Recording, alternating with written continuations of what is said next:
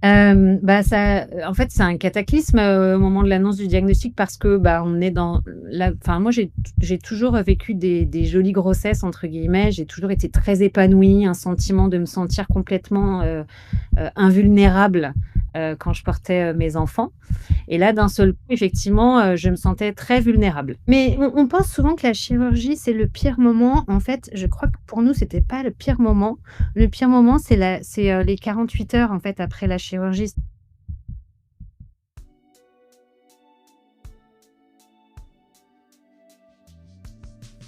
Bienvenue sur Cœur battant, le podcast qui fait battre le cœur de ceux qui vivent, de près ou de loin, avec les pathologies cardiaques.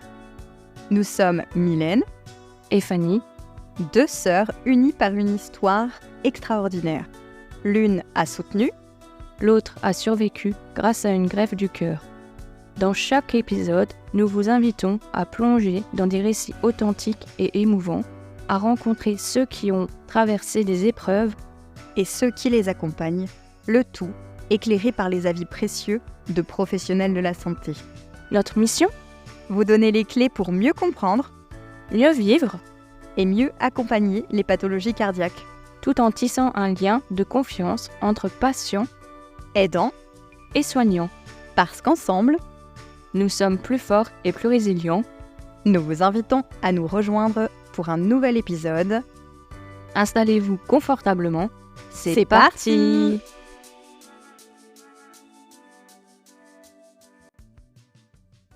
Aujourd'hui, dans Cœur battant, nous accueillons Gaëlle, maman et belle-maman de 5 enfants au total, dont Balthazar, son plus jeune fils. Avec nous, Gaëlle replonge dans ses souvenirs, il y a plus de 11 ans, au moment où tout a basculé, lorsque le petit cœur qui battait sous le sien s'est révélé porteur d'une cardiopathie congénitale. Avant cette annonce, jamais elle n'aurait imaginé que ces quelques mots médicaux changeraient à ce point sa trajectoire, ni qu'il la mènerait 12 ans plus tard à consacrer sa vie entière aux pathologies cardiaques congénitales. C'est avec beaucoup d'authenticité qu'elle partage son parcours, guidée par cette citation de Sénèque qui l'accompagne depuis tout ce temps. La vie, ce n'est pas d'attendre que les orages passent, c'est d'apprendre comment danser sous la pluie. Alors aujourd'hui, entrons dans cette météo tumultueuse et découvrons comment, malgré les vents contraires, elle a trouvé la force d'apprendre à danser pour elle, pour Balthazar et pour tant d'autres familles. Alors bonjour Gaëlle, merci d'être avec nous aujourd'hui. Et alors pour nos auditeurs, est-ce que tu peux te présenter, c'est-à-dire nous donner ton prénom, ton âge, ça c'est si tu le souhaites, ton lieu de vie, ta profession et la composition de ta famille. Donc je m'appelle Gaëlle Marguin, j'ai 44 ans, j'habite, dans les Yvelines, en région parisienne. Je suis directrice, d'une association de patients sur les pathologies cardiaques congénitales et je suis la maman de 3 enfants que j'ai portés, mais on a 5 enfants à la maison puisqu'on est famille recomposée. Merci beaucoup. Et ensuite, est-ce que tu peux nous dire en quelques mots comment les pathologies cardiaques sont entrées dans ta vie? Eh bien, c'est lors de ma troisième grossesse, donc pour mon dernier enfant, qu'on a appris que Balthazar, notre petit garçon, allait naître avec une cardiopathie congénitale. Un mot très barbare quand on nous parle de ça la première fois parce qu'on ne connaît pas. Et donc j'ai appris cela à 5 mois de grossesse, c'était en 2000, fin 2013. Et comment as-tu appris que ton bébé avait une cardiopathie congénitale ? Eh bien, on a fait avec mon mari l'échographie du deuxième trimestre, qui est l'échographie, où on sait notamment si c'est un garçon ou une fille, hein, c'est la fameuse échographie officielle. Et c'est marrant parce qu'en fait, pour la première échographie du premier trimestre, j'avais eu un mauvais pressentiment et j'avais dit à mon mari: «Ah, je sens qu'il y a un truc qui va pas, ils vont nous dire qu'il y a un truc, pas cool». Et en fait, l'échographie s'était bien passée, donc mon mari m'avait dit: «Bah, tu vois, il y a pas de problème».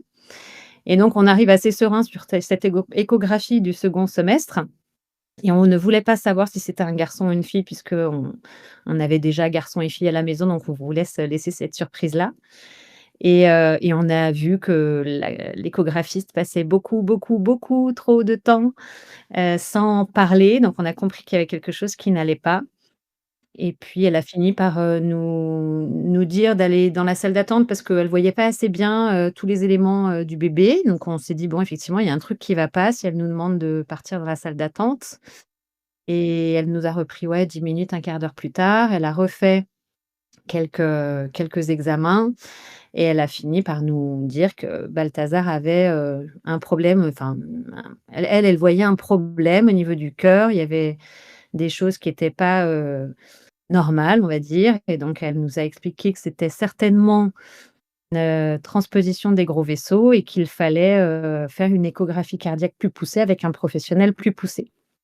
Et en ayant porté, en fait, ces déjà 2 enfants avant, comment on se sent en tant que parent, justement, vu qu'on a eu déjà, ce genre d'examen avant et vu que là, c'est le troisième, c'est pas comme d'habitude. Qu'est-ce qu'on se pose comme question, justement à ce moment-là?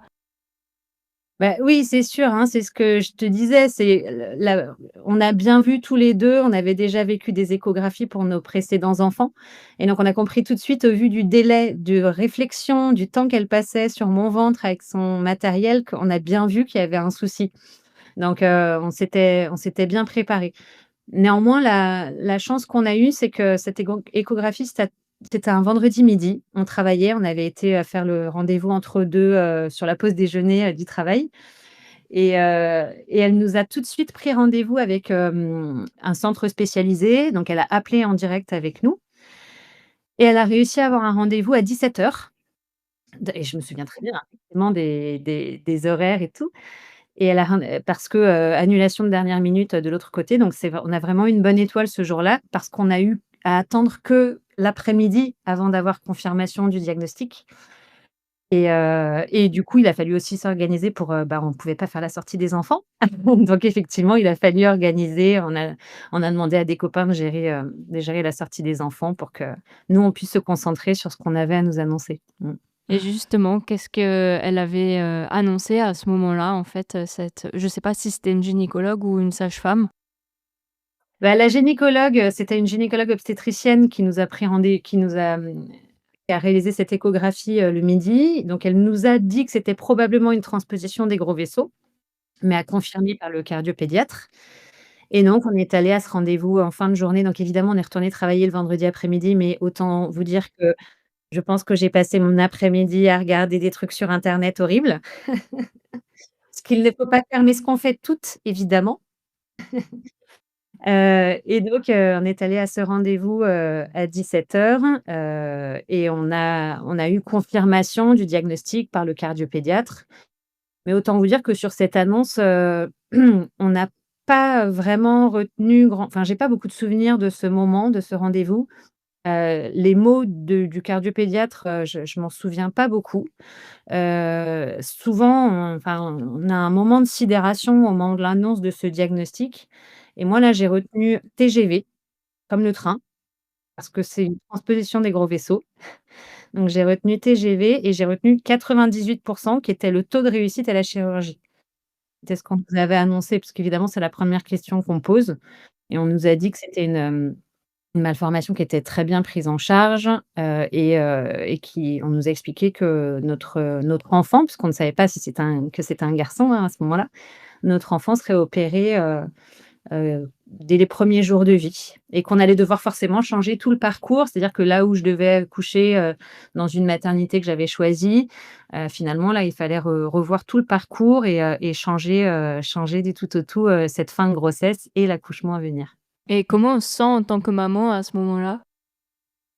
Ah bah, complètement, anéantie, le monde s'écroule, en fait, je crois qu'au moment où le cardiopédiatre me fait cette annonce, je crois qu'il y a eu comme des larcènes dans mes oreilles. Tellement j'ai pas je le voyais me parler, je voyais sa bouche me parler, mais je n'arrivais pas à analyser tous les mots qu'il utilisait. Pourtant, je crois qu'il était assez clair. Il a fait un dessin du cœur avec, 4, cavités pour nous expliquer, la malformation. C'est un petit dessin qu'on a gardé dans la boîte de naissance, de Balthazar. Mais on était complètement sidérés. C'est vrai qu'on est les heures qu'on suivi et puis les mois qu'on suivi ont été, un peu, un peu tumultueux. Ouais, j'avais une question. Est-ce que tu peux, avec, tes mots bien sûr, expliquer peut-être à nos auditeurs qui connaissent pas la transposition des grands vaisseaux, qu'est-ce que c'est? Voilà, avec des mots simples. Avec des mots simples, oui. La transposition des gros vaisseaux, donc c'est une inversion de l'artère pulmonaire et l'aorte. Il y a du cœur sortent, où arrive l'artère pulmonaire et l'aorte et là, pour, la transposition des gros vaisseaux, c'est inversé. Donc la chirurgie consiste à remettre les tuyaux dans le bon sens. Et puis après, il y a quand même aussi les artères coronaires au moment de la chirurgie qui vont aussi impacter, mais ça, on le voit pas avant la naissance, je crois. Je crois que c'est vraiment au moment de la chirurgie que les chirurgiens découvrent comment sont mises les artères coronaires. Et moi, j'avais une question du coup à ce moment-là. Est-ce que le bébé, dans le ventre de la maman, il est protégé ou est-ce qu'il peut aussi du coup, ben, Souffrir. oui, souffrir? Parce qu'en fin de compte, on est d'accord que le cœur d'un bébé, il bat et que, ben, justement, s'il a les mauvais vaisseaux, donc il y a une mauvaise circulation sanguine, bah, qu'est-ce qui se passe en fait pour ce bébé à ce moment-là? Bah, tant qu'il est dans le cœur de la tant qu'il est dans le corps de la maman, en fait, il y a aucun risque pour le bébé. C'est vraiment au moment de l'arrivée, sur terre et de la naissance, de la respiration effectivement, qu'il peut y avoir un défaut, d'oxygénation notamment, un défaut de saturation, du bébé. Mais tant qu'il est dans mon ventre et ça on me l'a dit tout de suite, hein, on m'a dit: «Tant qu'il est dans votre ventre, il y a pas de risque». D'accord. Ah, en gros, il était dans sa petite bulle et bien protégé. Exactement, oui, tout à fait.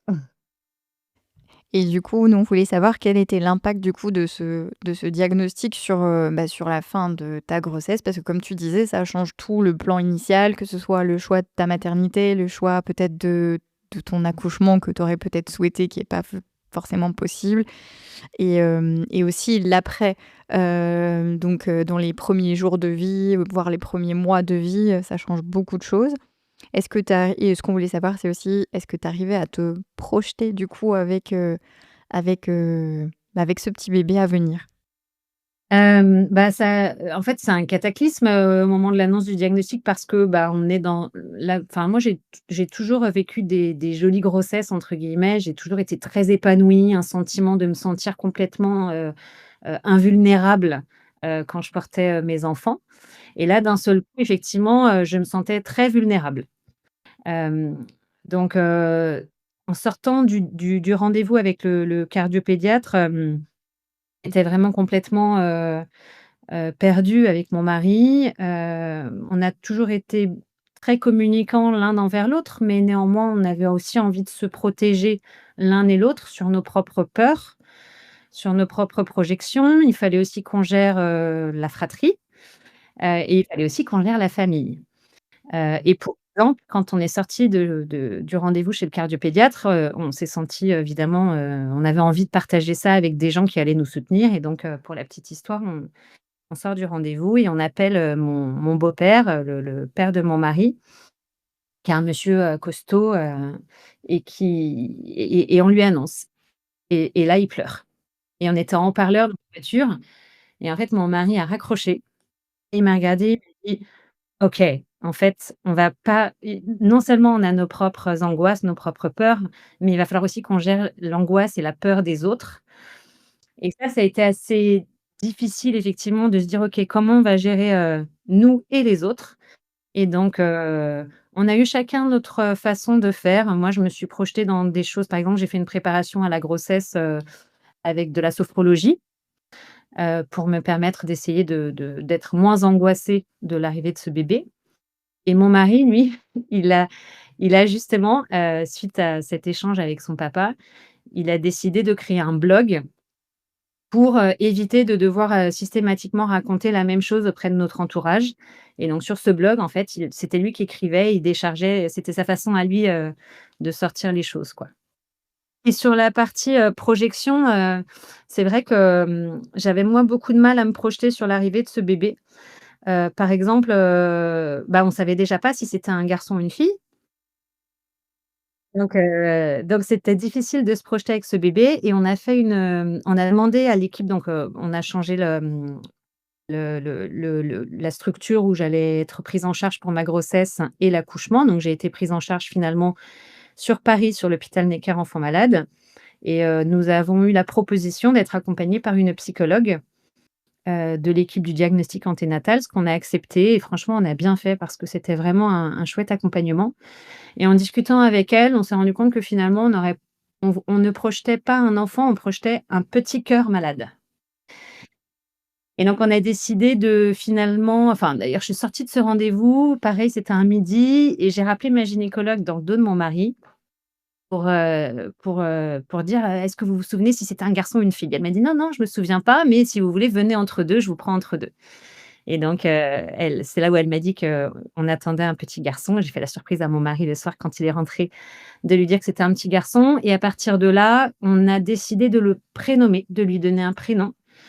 Et chose qu'on n'avait jamais fait non plus pour nos autres enfants, on a annoncé le prénom à tout notre entourage. C'est-à-dire, on a dit dès la grossesse, on a dit: «OK, ce sera un garçon, il va s'appeler Balthazar» et on voulait un prénom très fort pour qu'il soit «costaud» entre guillemets. Mais c'est vrai que cet accompagnement, psychologique, il a été important parce que ça nous a permis aussi de mieux communiquer entre nous et de se dire les choses, qu'on n'osait pas forcément se dire, pour préserver, par exemple, mon mari, lui, avait le rôle de celui qui était censé être costaud pour, la maman et donc il osait pas forcément me parler de toutes ses craintes et à contrario, moi, je n'osais pas forcément lui parler de ma culpabilité puisque en tant que maman, on a beaucoup ce sentiment de culpabilité de se dire: «Mais qu'est-ce que j'ai fait de mal durant la grossesse?» Je me souviens, j'ai fait un shampoing anti-poux, pour mes enfants et je m'en suis fait un aussi et je me suis dit: «Ah, c'est le shampoing anti-poux», j'étais bloquée sur ça. Oui, moi j'avais une question du coup, c'est, le fait de donner un prénom et de le dire à tout le monde, est-ce que ça vous a aidé justement à vous, à mieux avancer avec, justement, ben, savoir que, ben, le petit Balthazar va naître avec cette pathologie et va sûrement être tout de suite pris pour, être opéré dans les quelques jours, de vie qu'il a? Oui, de lui donner un prénom, effectivement, ça nous a permis de nous projeter, davantage. Après, je ne vous cache pas que, malgré cela, je n'avais pas tout à fait, j'arrivais pas tout à fait à me projeter. Par exemple, je me souviens en séance de sophrologie dans ma préparation à l'accouchement, la sage-femme nous disait: «Alors, vous vous projetez sur le retour après la maternité, vous êtes avec votre bébé dans votre lit». Et moi, je ne le voyais pas, ce bébé. J'arrivais pas du tout à faire ces exercices, je ne voyais pas ce bébé à côté de moi. Je pense que c'était une façon de me préserver parce que j'avais peur du pire, de le perdre à la naissance et donc de pas rentrer avec lui à la maison, donc j'arrivais pas à me projeter. Mais on a fait avec. Oui et puis surtout, vous avez quand même déjà utilisé pas mal, je trouve, de moyens pour quand même, comme tu disais plus tôt, sortir du fait de voir qu'un cœur malade, par exemple, sur l'échographie et plutôt d'y voir ben, en fait, un enfant, un bébé en entier avec sa personnalité et puis, tu vois, de choisir le prénom avec peut-être, tu sais, aussi de choisir un petit peu les prénoms, comme tu disais, c'est un prénom fort, puis on voit un petit peu les traits caractéristiques quand on cherche les prénoms. Ah oui, il a plutôt ce tempérament-là, enfin voilà, ça donne quelque chose de beaucoup plus vivant et humain quand même de faire ça et je trouve que c'est chouette de partager, le fait que vous ayez pu faire ça pour peut-être d'autres parents qui se trouvent confrontés encore avec ça, voilà, aujourd'hui et se dire: «Ben, OK, peut-être ça peut être une première étape de rendre, ben, de donner une âme en fait à ce petit bébé à naître». Donc en tout cas, merci de partager toutes ces pistes que tu as eues là. Comment se déroule la fin de ta grossesse? Est-ce que j'imagine, il y a peut-être plus de surveillance que pour une grossesse classique ou pas vraiment? Ça, je sais pas. C'est plus médicalisé? Oui, il y a une surveillance, cardiologique, qui est, régulière. C'est-à-dire que j'allais souvent à l'hôpital pour faire des échographies cardiaques, toujours avec mon mari, on était très soudés, on faisait tous les rendez-vous ensemble. Et puis par ailleurs, on a découvert que j'avais du diabète gestationnel, donc il a fallu que je sois aussi sous insuline et donc alors ça, je me suis dit: «OK, il y a un moyen de bien gérer et de» enfin, là, il y a une contrainte médicale, donc il faut absolument. En plus, on m'avait dit: «S'il naît, en étant en hypoglycémie, ça va compliquer». En plus, pour mes précédentes filles, j'avais, J'avais donné le streptocoque B à mes enfants, donc il fallait pas non plus qu'il ait ce streptocoque B. Donc il fallait que je prenne des antibiotiques avant la naissance. Donc il y a eu tout un côté très médical, durant cette grossesse, mais je m'y suis astreinte, de façon assez drastique. Du coup, ça, c'était un suivi encore en plus. Donc, tu avais le suivi cardiologique pour Balthazar et tu avais ton suivi à toi au niveau du diabète gestationnel aussi. Ouais. Oui, donc Exactement. pas mal de rendez-vous, quoi. Pas mal de rendez-vous, mais ça m'a rythmée et puis, je vous avoue que j'ai arrêté de travailler, assez rapidement après l'annonce du diagnostic. De toute façon, c'était mon 3e enfant, mais, j'avais un congé maternité qui était plus long, donc je me suis arrêtée quand même, assez rapidement après l'annonce du diagnostic pour me concentrer sur moi, pour, faire tous les rendez-vous médicaux, et préparer l'arrivée de ce bébé dans ces conditions un peu particulières. Et ensuite, on voulait savoir, quand vous avez annoncé, du coup, cette nouvelle à vos proches, quelles ont été leurs réactions? Comment est-ce que vous l'avez annoncé? Et ouais, est-ce que tu te souviens de ça? Alors je me souviens par exemple très bien de l'annonce auprès des grands frères et grandes sœurs. Donc les plus grandes avaient 10 ans, enfin 8 ans, et Joséphine, elle avait, 1 an. Donc c'est pas la même façon de l'annoncer, mais en tout cas, bon, ils étaient tous autour de la table, ce soir-là quand on est rentrés et qu'on leur a expliqué pourquoi on était en retard et pourquoi on n'avait pas pu aller les chercher à l'école. Et c'est marrant parce que la plus grande, s'est mise à pleurer et on a eu le réflexe de lui dire: «Mais t'inquiète pas, on va le sauver ce bébé», et elle nous dit: «Non, mais c'est pas le problème, c'est que vous allez encore passer trop de temps à l'hôpital». Elle a tout de suite vu, puisqu'on a pour ma précédente fille, comme elle avait attrapé le streptocoque B, le séjour en maternité avait été un peu plus long. Donc on s'était absentés, 1 an auparavant, pour la naissance de Joséphine et en fait, elle a retenu que ça. Donc c'est rigolo de voir à quel point les enfants, en fait, la perception qu'ils ont, si on leur dit, «Ce bébé va se faire opérer du cœur», pour eux, c'est la même chose que s'il se fait opérer du doigt, quoi. Il y a pas d'enjeu vital, un enfant de 8 ans entre le cœur et le bras ou le poignet. Donc ça, c'était pour les frères et sœurs. Après, effectivement, nos parents, je l'ai évoqué tout à l'heure, nos parents, c'était assez complexe parce qu'eux, finalement, ils étaient en stress, encore plus parce qu'en tant que grands-parents, je crois que ça génère beaucoup d'inquiétude, de leur part et après les amis, la famille de façon générale ont été, très compréhensifs, même si, en fait, c'est compliqué sur les cardiopathies congénitales parce qu'aujourd'hui, il y a une espèce de généralité sur les opérations du cœur.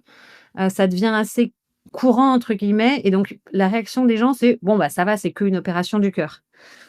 Sauf que là, on se rend compte que, c'est une opération du cœur, c'est-à-dire qu'on va faire une chirurgie à cœur ouvert sur un bébé qui, on nous avait annoncé, aura certainement aux alentours de 7 jours. Donc l'enjeu, il est quand même, assez important. Mais on s'est quand même, j'avoue qu'on s'est mis dans une bulle avec mon mari à cette époque-là. On s'est un peu mis dans une bulle, on n'avait pas tellement envie de trop en parler. C'est pour ça que mon mari aussi avait fait ce blog, parce que de devoir, entre guillemets, «en parler» à notre entourage, c'était nous mettre un peu sur le fil au niveau émotionnel et donc c'était une façon de nous préserver, que d'écrire sur ce blog et nous, on s'est vraiment mis dans notre bulle, familiale. Moi, du coup, j'avais juste une question par rapport à quand tu as dit, vous étiez incompris, et du coup, est-ce qu'à ce moment-là, en tant que parent, avec, déjà des enfants, une bonne petite famille et sans vraiment de soutien extérieur, est-ce qu'on se sent seul en fin de compte? Ou vu que vous étiez dans votre petite bulle, alors du coup, je me demande peut-être qu'il y a on se sent seul, mais pas non plus trop seul? Alors en fait, on se sent seul déjà dans le sens où on se dit: «C'est, une malformation cardiaque rare».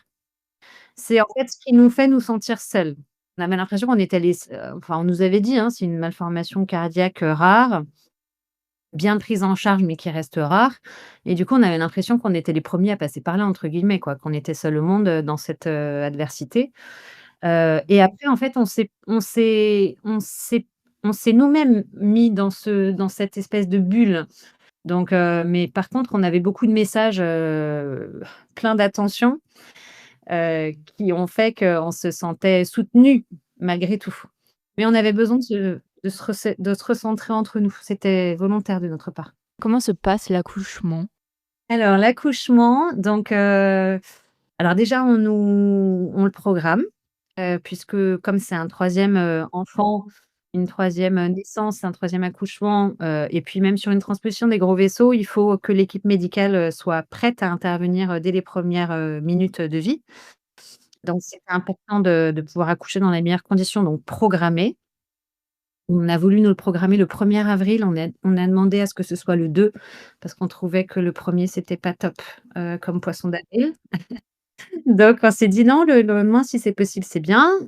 Donc on est arrivé très tôt, à l'hôpital Necker enfants malades, donc où il y a et une maternité et un service de cardiologie pédiatrique. Et puis, bah, j'ai été déclenchée donc avec, des méthodes assez classiques.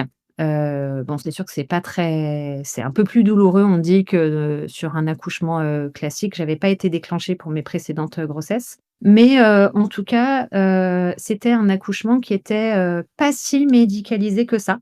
On nous a, quand même laissé, la possibilité, par exemple, de faire un projet de naissance. Alors ce que j'ai pas, pris comme, opportunité, mais en tout cas, c'est des choses qui sont possibles, puisque, toute l'équipe, qui s'occupe de la naissance, fait en sorte de nous laisser quand même, même si on est surveillé, mais de notamment, bah, au moment de la naissance de Balthazar, on me l'a mis, quelques minutes sur mon enfin quelques minutes, quelques secondes, hein, 2 secondes je pense.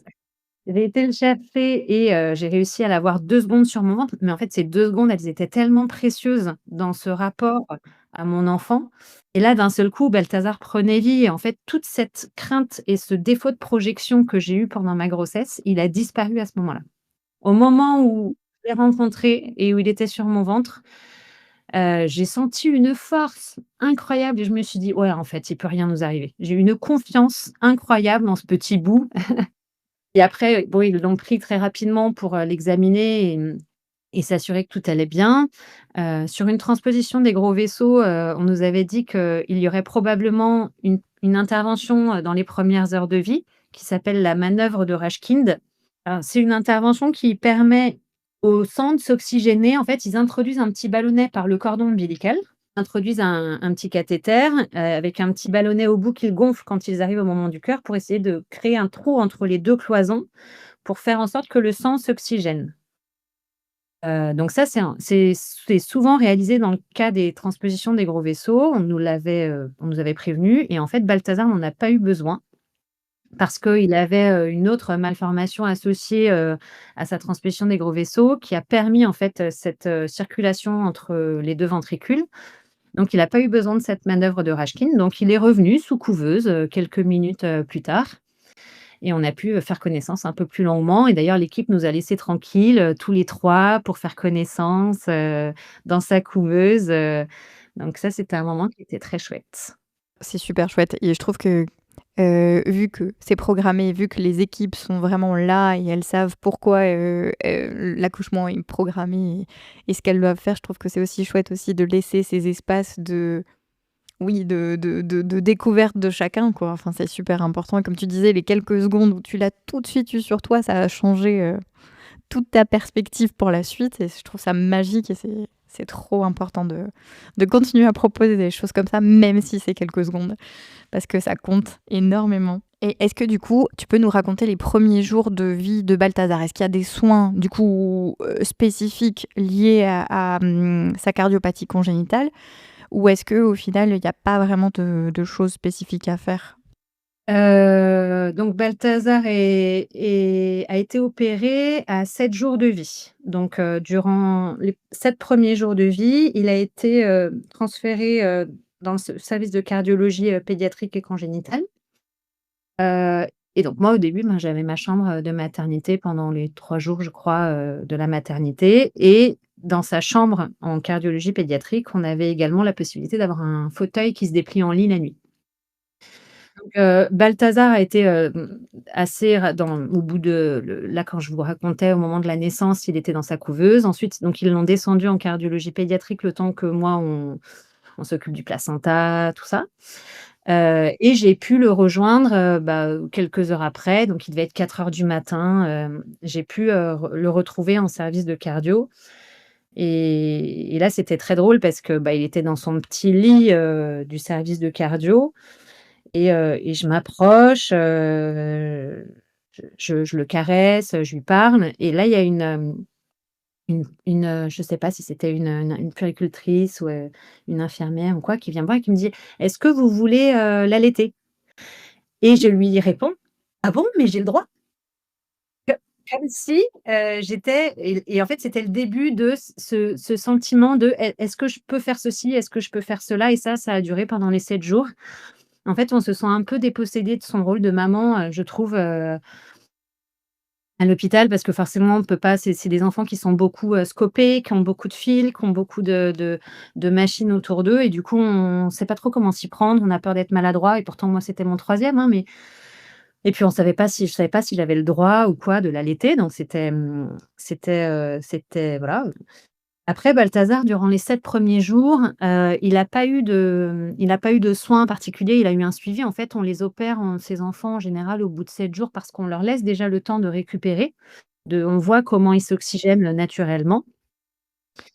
Donc on les laisse, redescendre un petit peu après cette naissance qui est quand même, éprouvante pour un bébé. Et il se trouve que donc, au bout donc, Balthazar n'avait pas eu cette manœuvre de Rajkin, donc il en fait, il y a, le canal artériel reste ouvert chez les bébés dans les premières heures, premiers jours de vie et pour maintenir ce canal artériel, ouvert qui permet une meilleure, circulation, oxygénation, on a donné à Balthazar une molécule qui s'appelle la prostine ou la prostaglandine, je crois et qui permet à ce canal artériel de rester ouvert. Que cette molécule, elle a des effets secondaires. Donc elle a notamment un des effets secondaires, c'est une hypersensibilité, notamment au niveau, cutané, on va dire, du bébé et donc c'est des on m'avait expliqué que, il fallait, j'avais le droit de faire des câlins, évidemment, tout ça, mais il fallait éviter au maximum de le manipuler. C'est-à-dire que le prendre de son berceau, le remettre, le reprendre, le remettre, tout ça, ça pouvait être un peu douloureux pour lui.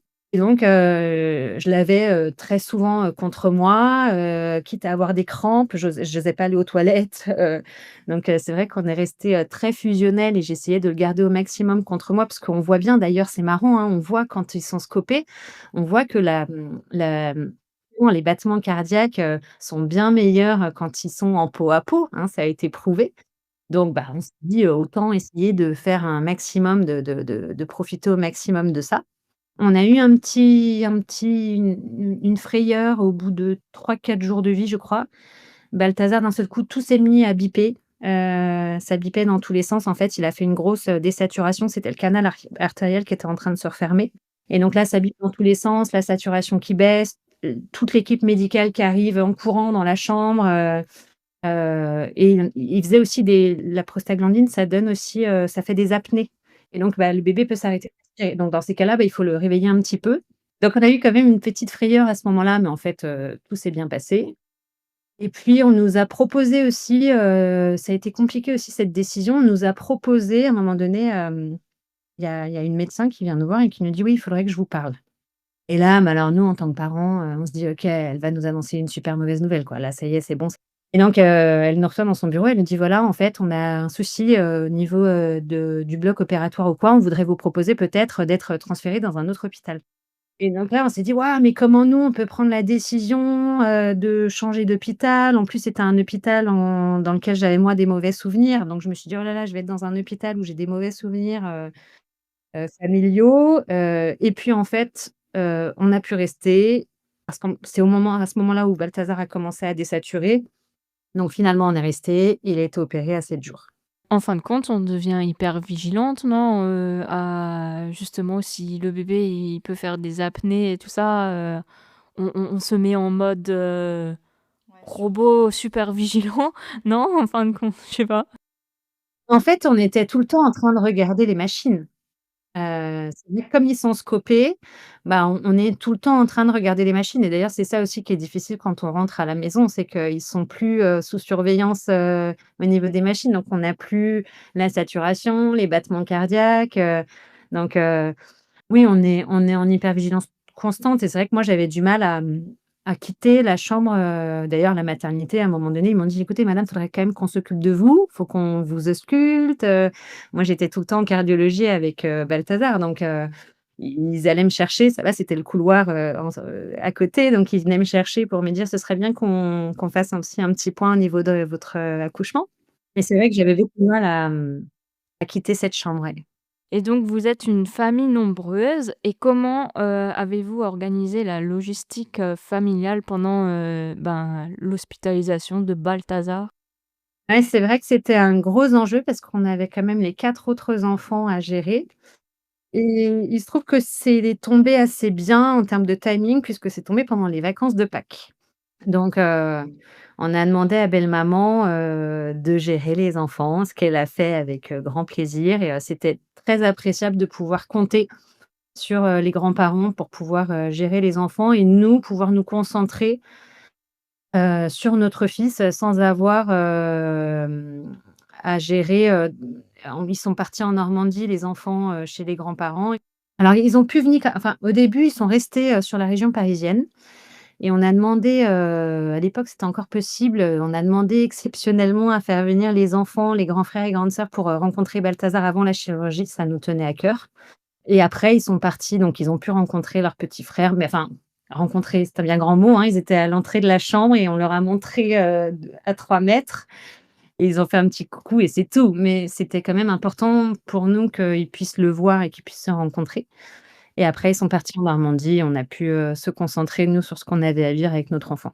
Ouais et puis je pense que c'est quand même une étape importante pour eux aussi de même si c'est pas, le toucher ou à proprement parler le voir, ça permet quand même de réaliser et de ouais, de rendre tout ça plus réel. Je pense pour eux aussi, c'est peut-être, plus rassurant.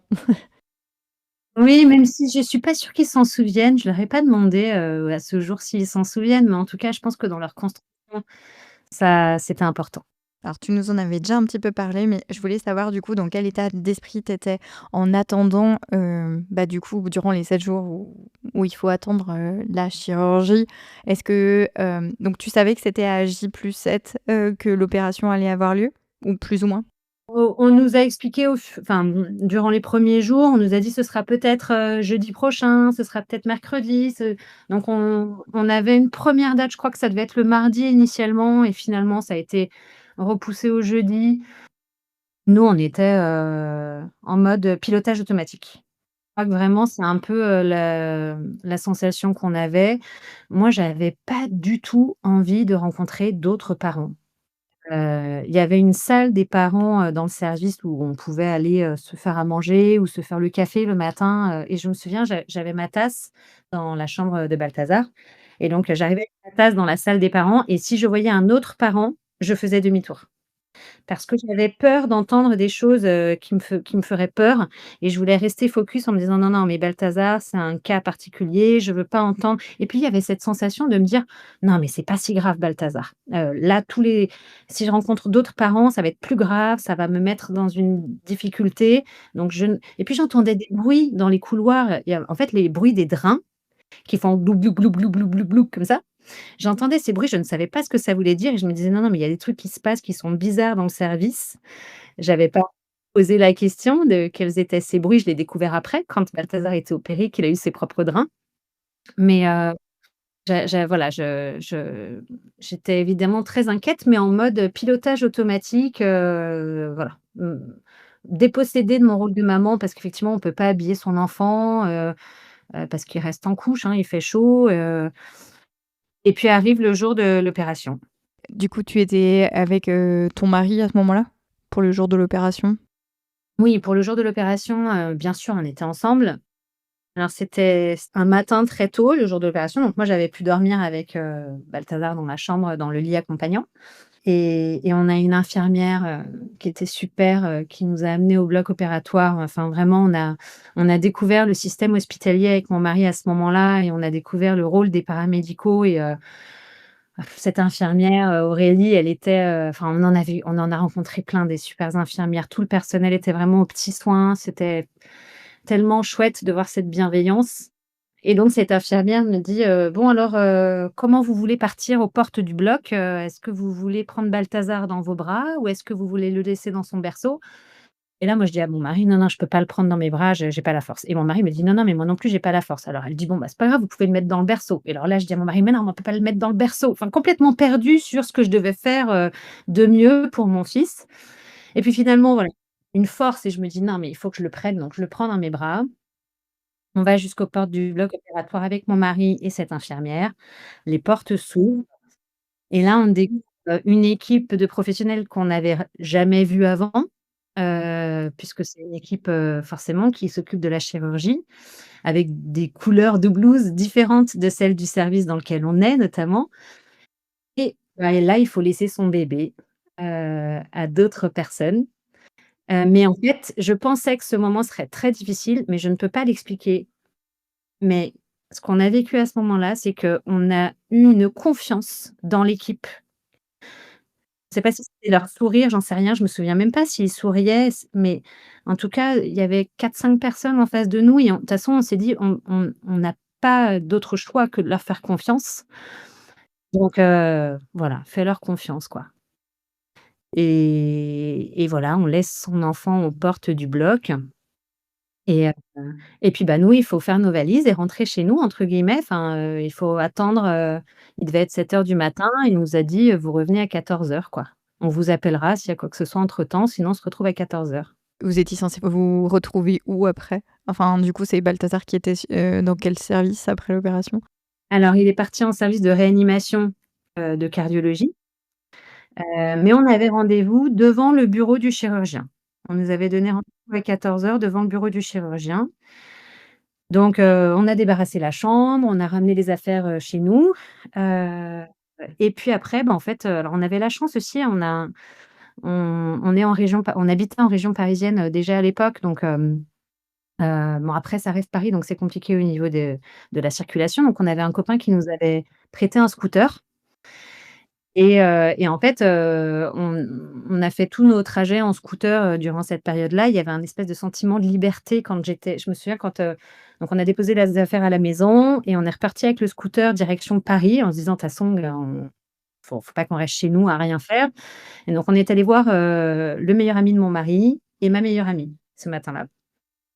On a été boire un café avec eux, parler de tout et de rien parce qu'évidemment il y a pas grand-chose à dire à ce moment-là.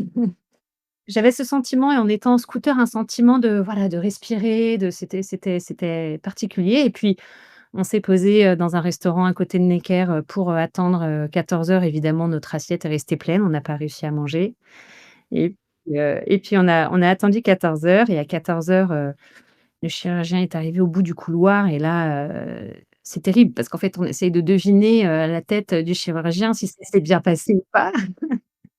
Et ça s'était bien passé et mon mari a sauté dans les bras du chirurgien qui non mais il a dit: «Ça s'est passé comme ça devait se passer».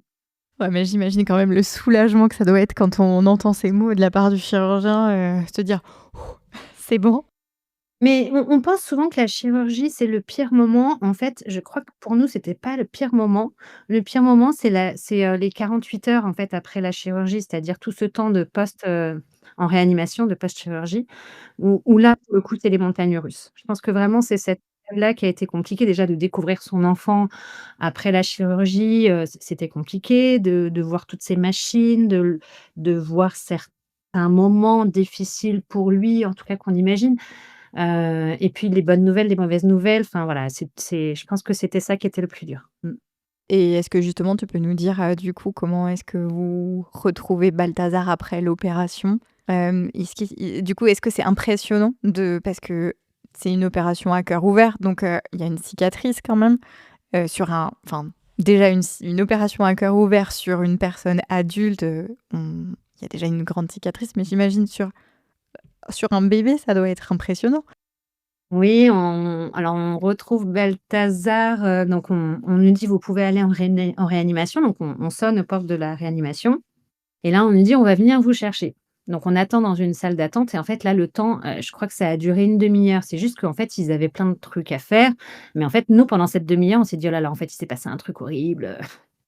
Et en fait, c'est simplement qu'ils étaient en train de s'occuper certainement et de Balthazar et d'autres enfants et qu'ils voulaient prendre le temps, mais ça on l'a compris après, ils voulaient prendre le temps de nous accueillir pour nous expliquer, les machines notamment. C'est-à-dire qu'on arrive dans cette grande pièce avec ce tout petit berceau et ce tas de machines, il y en a partout, les pousse-seringues, les enfin et donc effectivement, c'est très impressionnant de voir ce petit bébé. Nous, on avait eu un l'éducatrice du service nous avait, préparés à ça. Elle nous avait dit: «Vous allez voir, il va faire très chaud dans la vous couvrez pas trop, prenez de l'eau pour pas vous déshydrater» et elle nous avait dit: «Prenez un livre, parce que peut-être que vous aurez envie de lui lire quelque chose». Et nous, on s'était dit: «Ouais, c'est bon, on n'a pas besoin, on peut lui parler, quoi» et en fait, c'était un très bon conseil. Quand on est rentré chez nous, en fait, on a pris Le Petit Prince, dans la bibliothèque et on l'a ramené à l'hôpital en se disant: «Bon, voilà, c'est dans mon sac» et en fait, on a sorti Le Petit Prince parce qu'on découvre son enfant dans cette situation-là, passer le: «Allez, ça va aller mon bébé, on croit en toi» ou quoi, bah, en fait, à un moment donné, on sait plus trop quoi dire, on a la gorge qui est un peu serrée. La charge émotionnelle est là, donc d'avoir un support tel qu'un livre, en plus c'est du langage oral, en fait, c'est un ça maintient un lien oral avec son bébé pour le toucher parce que forcément il y a des enjeux de microbes, donc on n'ose pas le toucher et tout ça et donc on lui a lu, pendant toute la semaine Le Petit Prince.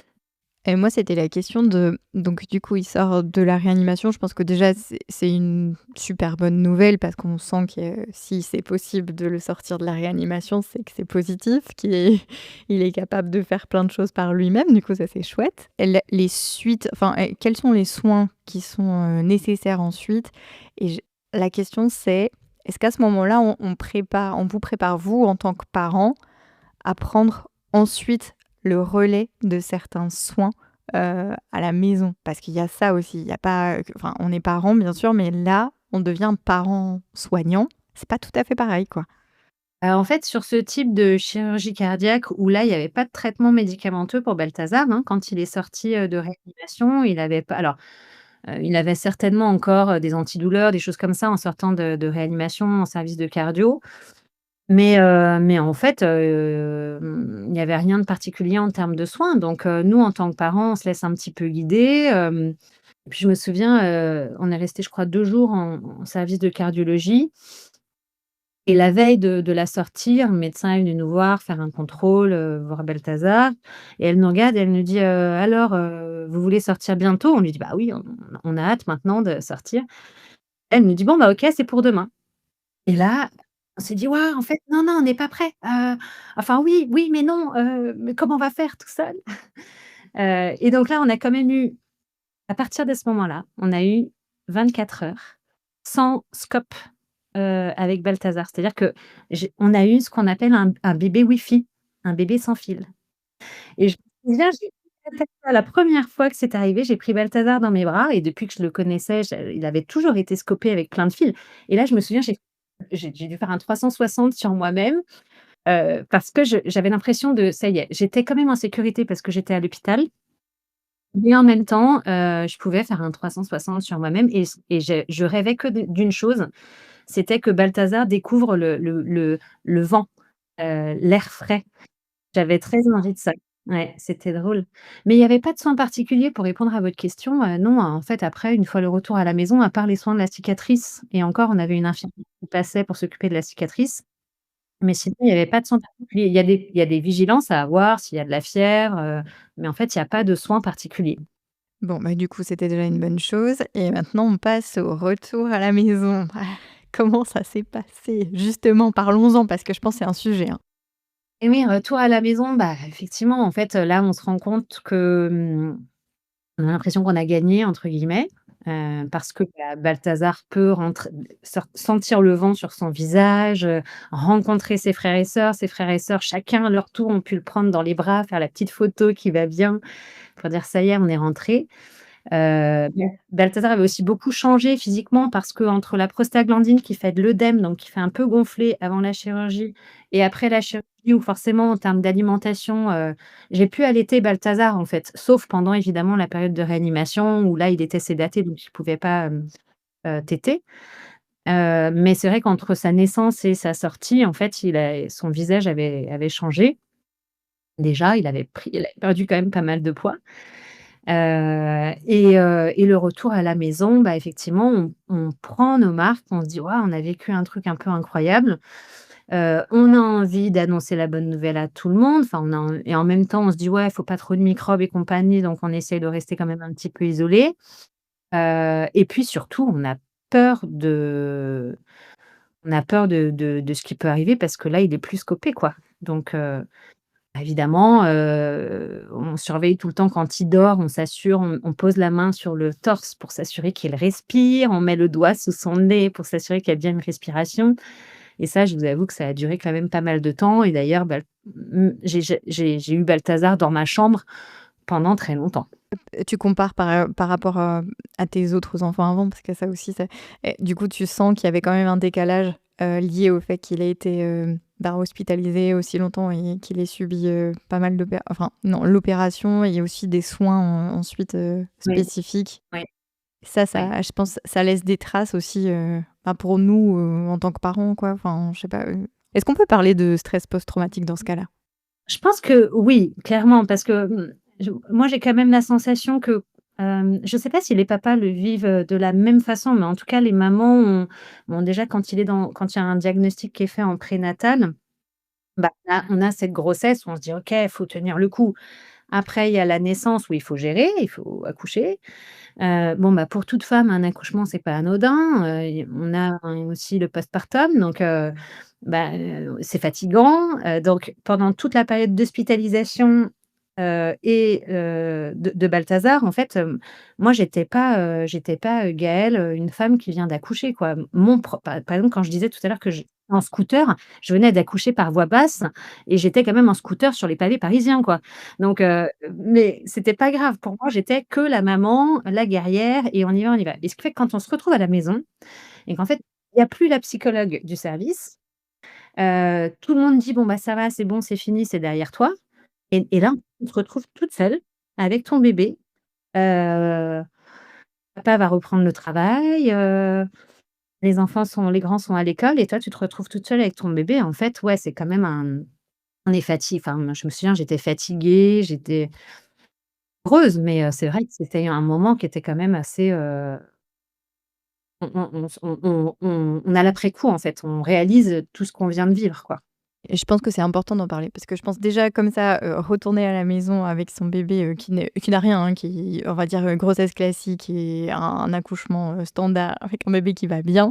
Le retour à la maison, c'est déjà une étape. Mais je pense que dans ce cadre-là, je pense que c'est doublement, voire triplement difficile. Parce qu'il y a plein d'autres choses qui se surajoutent et je pense que, comme tu disais, l'hypervigilance liée au fait que, est-ce que Balthazar respire? Tout ça, le fait de je pense aussi, je sais pas comment était ton sommeil, mais je pense qu'il devait pas être très profond parce que si tu sais que tu dois veiller sur ton enfant hein, juste à côté, donc tu es tout le temps enfin, tu es épuisé quoi, c'est même plus de la fatigue, c'est de c'est de l'épuisement.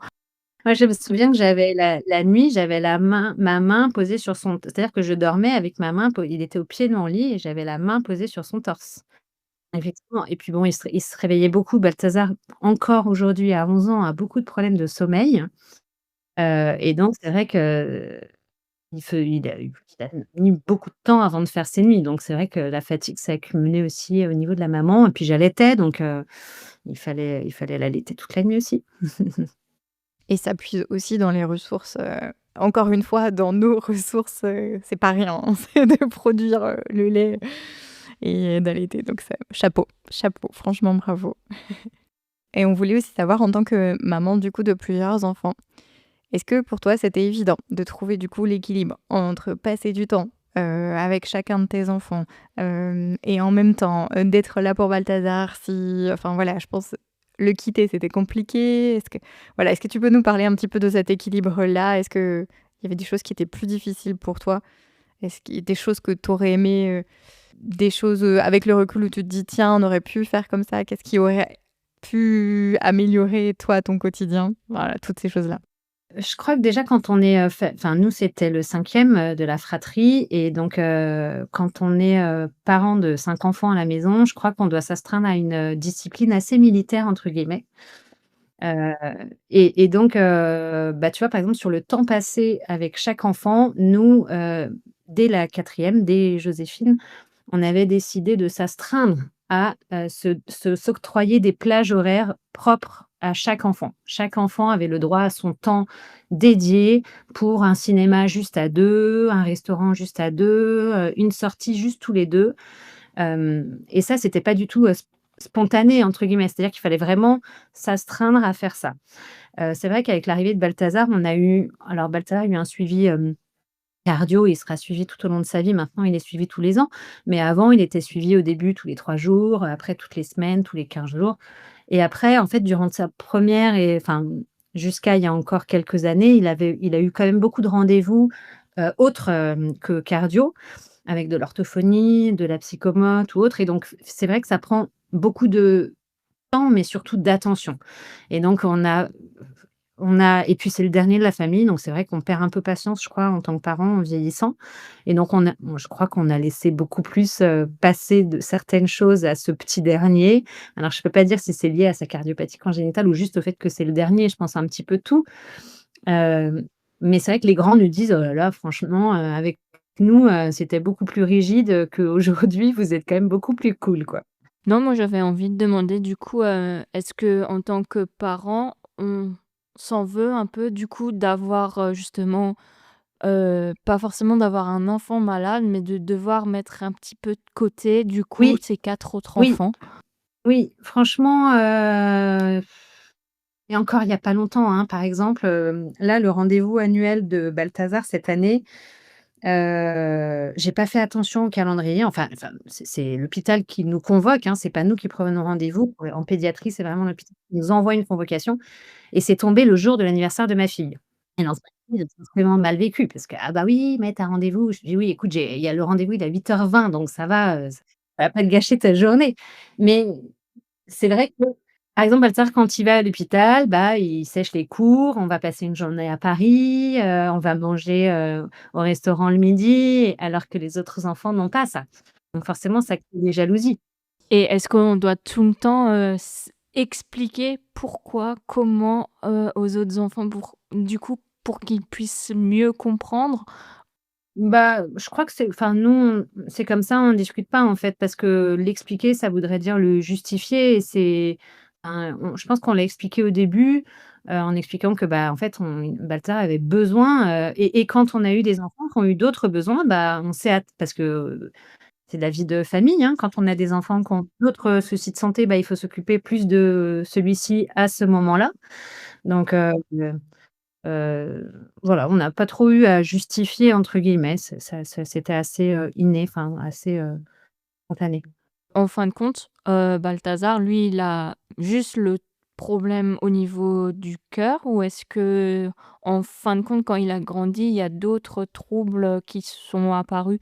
Que ce soit au niveau cardiaque. Alors Balthazar, assez rapidement, on s'est rendu compte qu'il était un peu en décalage par rapport aux autres, notamment sur, le langage oral. On voyait que Balthazar, avait du mal à articuler. Et il comprenait bien, on voyait que ses phrases étaient bien construites, sujet, verbe, mais vraiment un gros problème d'articulation. Donc on est allé voir, on a fait des petits bilans, on a fait un bilan orthophoniste, et donc il a été suivi, pendant assez longtemps en orthophonie. Ça a été couplé aussi avec de la psychomotricité puisque, il avait quelques difficultés, notamment sur un trouble visio-spatial. Il a aussi quelques difficultés à comprendre les consignes, par exemple, il va lire la consigne, hein, bon, comme beaucoup d'enfants, hein, aussi, hein, mais voilà, il va soit lire la consigne, trop rapidement, à moitié, répondre un petit peu à côté, alors que la réponse, il l'a et effectivement, au niveau du trouble visio-spatial, bah, par exemple, sur une addition, bah, il va avoir du mal à faire la colonne, bien verticale et donc il va décaler un chiffre. Donc il sait compter, il sait faire l'addition, mais s'il décale le chiffre, forcément sa réponse est mauvaise. Donc il a été aidé un petit peu sur tout ça. Donc nous, on a découvert ça parce qu'on ne savait pas que ces enfants étaient plus à risque, mais c'est vrai que les enfants qui ont notamment une transposition des gros vaisseaux, enfin, en tout cas, les enfants qui ont une chirurgie cardiaque à cœur ouvert dans le premier mois de vie, on sait que ce sont des enfants qui vont malheureusement développer, ce qu'on appelle des troubles du neurodéveloppement. Et donc Balthazar a été suivi, mais c'est vrai que ça nécessite, par exemple, nous, je me souviens qu'on a ressorti les imagiers qu'on avait un peu laissé tomber, pour les autres enfants, mais on a ressorti les imagiers pour Balthazar pour l'aider à bien nommer les mots et à bien, articuler. Et c'était drôle d'ailleurs parce que moi je le comprenais pas. C'était horrible pour moi en tant que maman parce qu'il y avait que sa grande sœur de 2 ans, son aînée, qui le comprenait. Donc c'était Joséphine qui faisait la traductrice à chaque fois. Donc ça lui donnait un rôle à sa grande sœur, mais en même temps, moi j'étais hyper frustrée parce qu'au parc, par exemple, je me souviens quand, il parlait et que les mamans me disaient: «Il a dit quoi?» Et je regardais Joséphine pour dire: «Ma chérie, aide-moi, qu'est-ce qu'il a dit? Fais-moi la traduction». Donc ouais, c'était une période, particulière. Mmh. Et à aucun moment, un spécialiste, vous en a parlé que, ben, c'était possible qu'il ait ce genre de trouble? Non, En pas du tout. complément de son Moi, en fait, je problème l'ai cardiaque? découvert, via l'association, parce qu'en discutant avec des médecins, j'ai compris qu'il y avait eu des publications scientifiques, dessus. Mais en France, c'était encore pas tout à fait, alors c'est plus le cas maintenant, on en parle davantage maintenant en 2025, mais en 2014, on parlait pas tellement de ça aux parents. Certains cardios en parlaient, d'autres pas, et puis bon, peut-être que moi, j'ai pas non plus assez alerté le cardiologue en lui en parlant, hein. Mais au début, je pensais pas que c'était lié, en fait. Mais vous auriez aimé, qu'on vous le dise en fin de compte? Oui, alors oui, j'aurais aimé qu'on m'alerte, sur des points de vigilance à avoir. Parce qu'effectivement, on aurait effectivement anticipé, le dépistage, précoce sur, les 1 premiers jours, par exemple, d'aujourd'hui. Après, peut-être que j'aurais pas aimé le savoir pendant la grossesse, par exemple, parce que ça m'aurait peut-être davantage angoissée.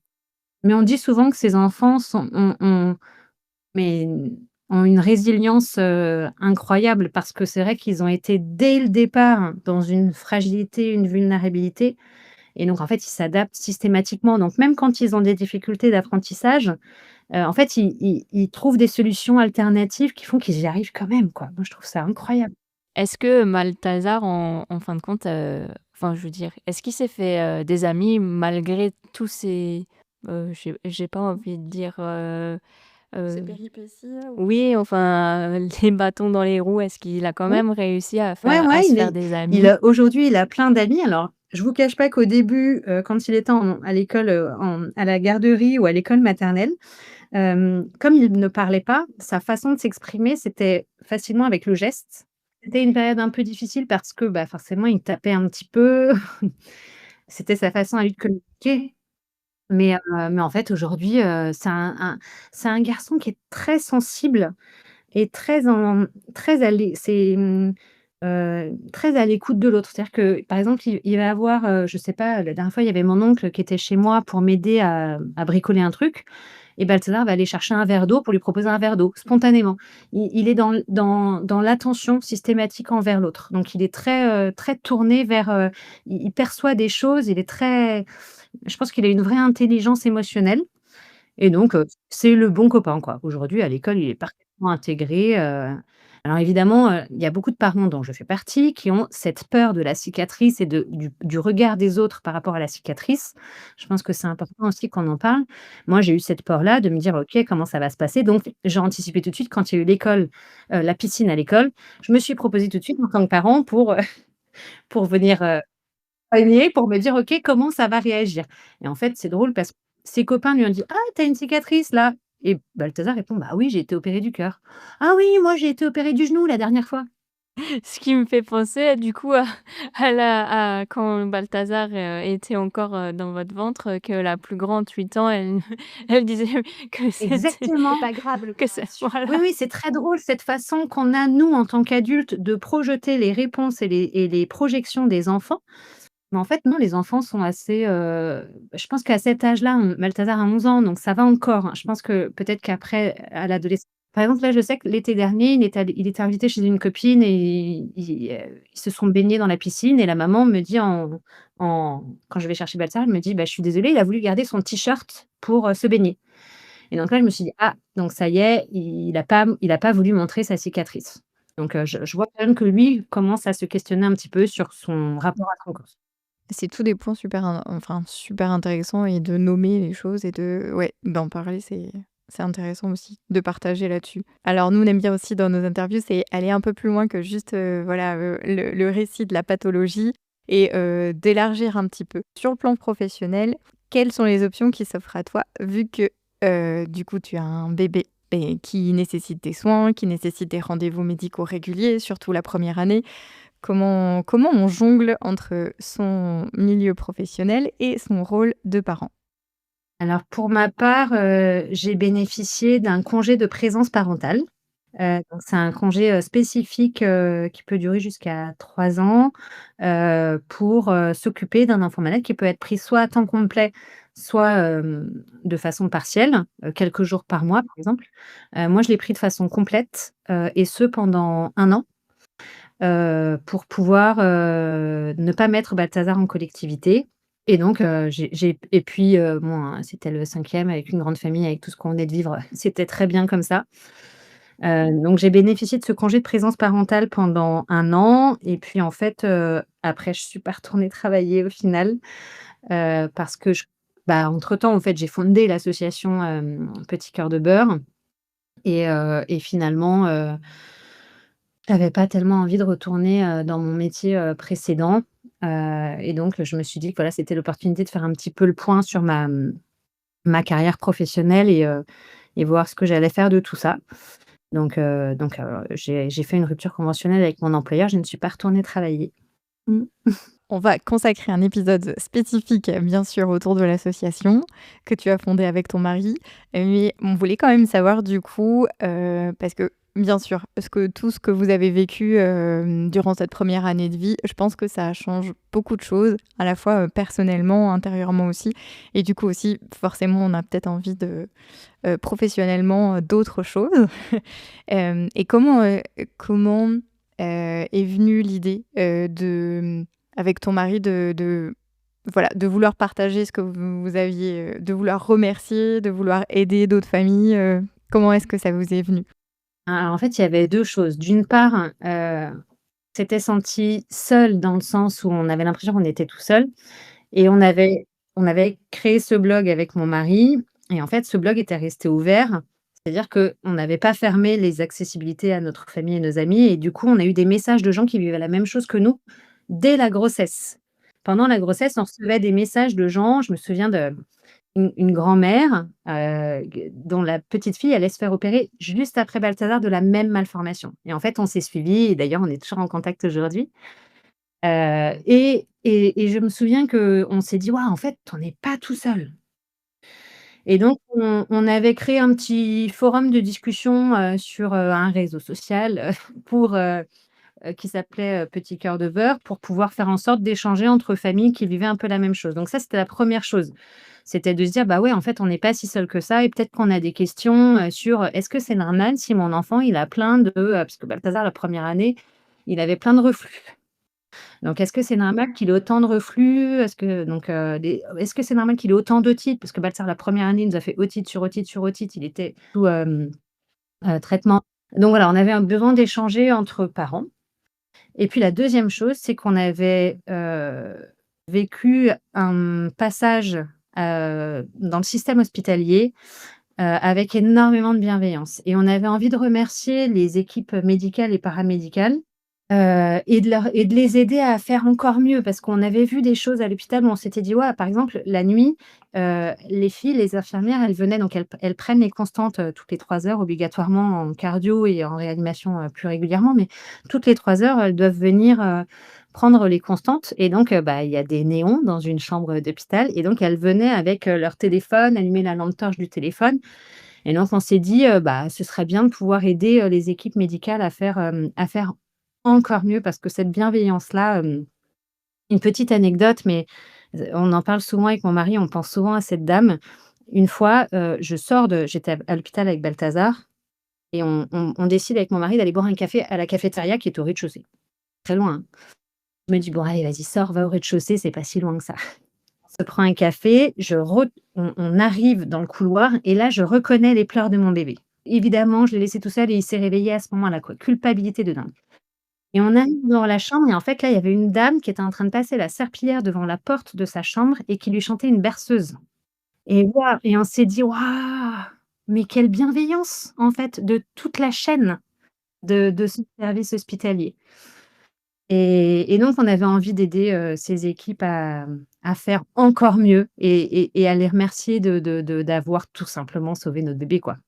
Et moi, j'ai envie de savoir comment va Balthazar aujourd'hui? Il va très bien.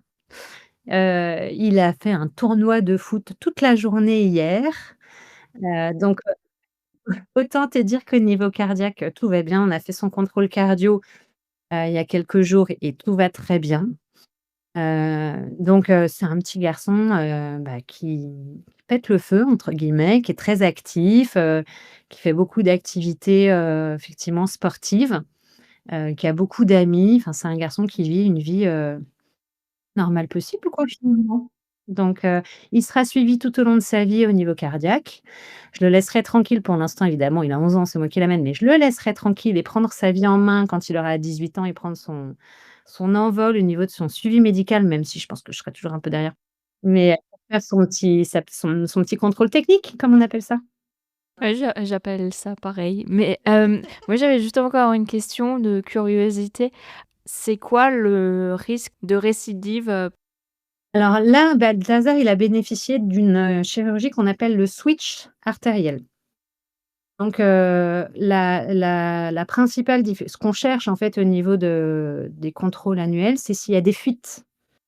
Donc le risque, c'est la fuite et auquel cas il peut y avoir des réinterventions, après cette, technique chirurgicale, elle doit avoir, 30-40 ans, donc on a du mal à savoir aujourd'hui, sur, 50 ans si ça va tenir sur la durée.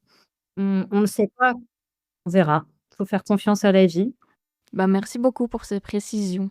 Et quel message, aimerais-tu adresser aux parents qui découvrent en fait, leur enfant, atteint d'une cardiopathie congénitale?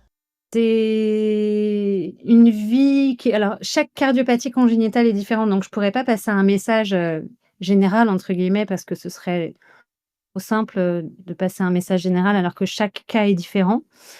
Hem, En tout cas, moi j'ai cru que le ciel me tombait sur la tête quand on nous a annoncé la cardiopathie congénitale et j'avais l'impression que non pas que ma vie allait être gâchée, mais enfin, je savais pas du tout ce qui m'attendait et en fait, j'ai trouvé dans ce chemin tumultueux, en fait, un garçon qui est plein de vie, une famille qui est unie, je pense que ça a aussi renforcé, notre couple, que de vivre cette épreuve-là ensemble.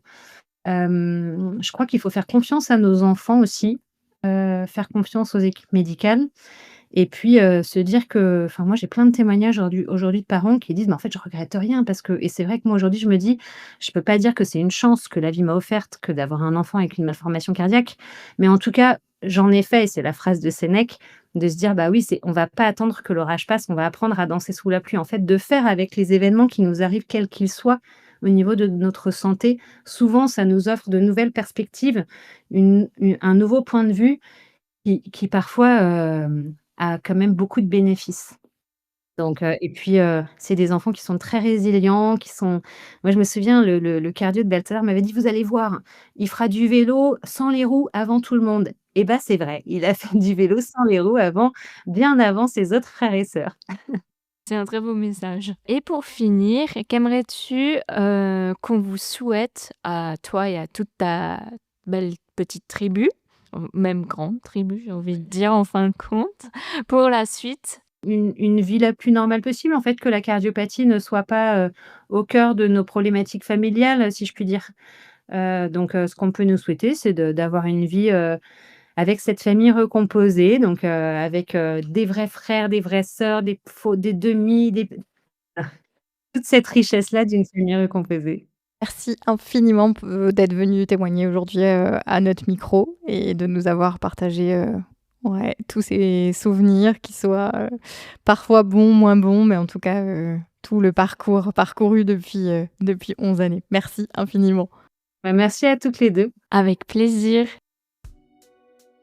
Merci Gaëlle d'avoir partagé avec autant de sincérité et d'émotion ton parcours de maman face à la cardiopathie congénitale de ton fils Balthazar. Merci aussi pour ton regard plein d'espoir et ta capacité à montrer que, même dans la tempête, on peut construire de la force, de l'amour et des projets qui réchauffent bien au-delà de sa propre famille. On repart de cet échange le cœur plus grand et l'esprit rempli de gratitude.